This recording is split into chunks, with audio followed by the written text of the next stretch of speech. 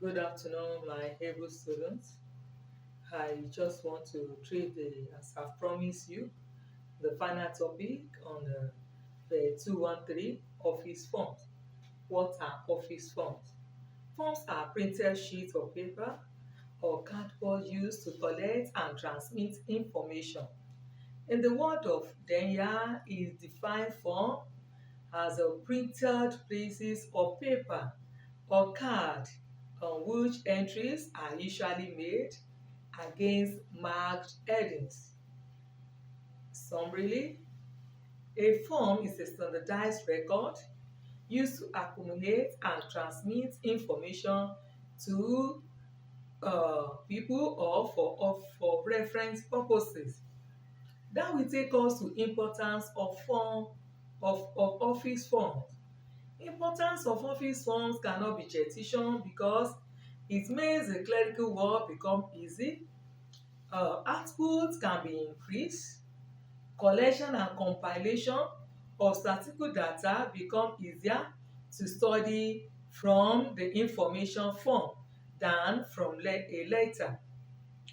In a printed form, the writer has to fill in all the columns so as to furnish information without suppression. The writer can be at ease in filling the form in the appropriate place by writing a few words instead of writing a voluminous letter. At the same time, understanding and transmission of information from the forms are quick and clear in form design. It helps to identify records and facilitates easy filling of for future reference. Data entry, processing and reference become easy in form filling. Finally, it facilitates rapid processing of data since information appears in a standardized form and at a fixed places. That will take us to form design. When you are talking of office form, we are talking about what form is all about, then at the same time the importance of form. Now form design. In designing office form is a very important function of office management for office to run successfully. Form are the basis of office system and routine. It is necessary that they should be well designed and accomplish in all aspects for the aims and objectives of that office to be achieved. We want to look at disadvantages of well-designed form over of design form over a well-designed form. Poorly designed forms often lead to errors in clerical work. Sometimes a single error can put the organization or the said office into problem if not well designed. A badly designed form is bound to increase the manual labor required to process it and impair efficiency. Not only that, a badly designed form may also have an adverse impact on the goodwill and reputation of that organization. A badly designed form may have a psychological effect on people using it, as it may lead to frustration at times or confusion among the people in question. That will take us to the principles of form design. Here I'm going to stick to just four principles. The first one, we have the principle of purpose, we have principle of standardization, principle of centralized control, and principle of economy. But now the principle of purpose. A fund should be brought into a system only if there's a purposeful need for the use of that fund.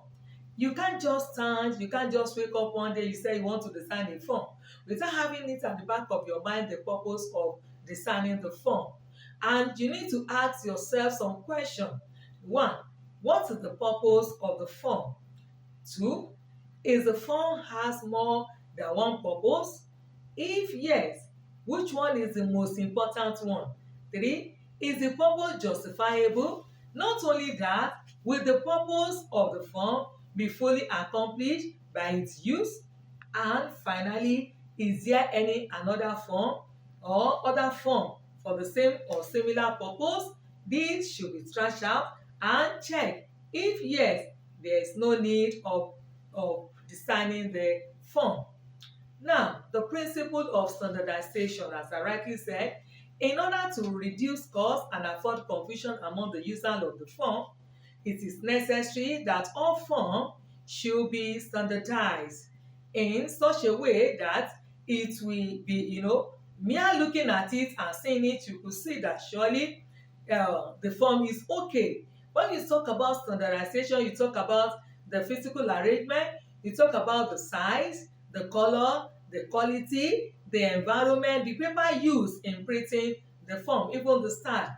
No form should be larger in size than it is necessary, because when it is larger in size or large in size, it will affect the extent or the purpose of producing the form. While determining the size, it should be ensured that the form is capable of being properly handled. That will take us to the third principle and the principle of centralized control. The process of designing, using, replacing, eliminating of the form should be centrally controlled and should be managed properly. This will help to achieve proper coordination and efficiency in forms management. In some organizations, new forms get added when old are outdated, then it will be replaced. This problem may be solved by having centralized control over the forms under one office manager who is responsible for designing the form. That will take us to the last principle. As I rightly said, I'm going to stick to just 4 principles.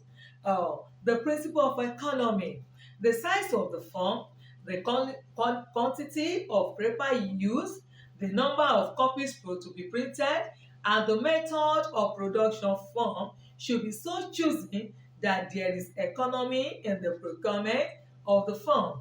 Forms should be so designed that their handling costs are also minimum. That will take us to another topic entirely. Under the subtopic underneath, we have a form control. We talk about the form itself, the purpose, and the advantages of this. Now we want to look at the forms control. Forms control is a means of exercising management over the cost of producing and processing the form. If this is not put into consideration automatically, it will affect the essence or the purpose of producing the form.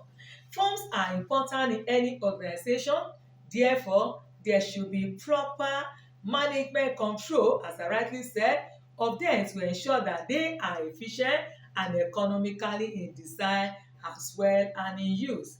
Therefore, all specimens to be used must be held centrally in one place.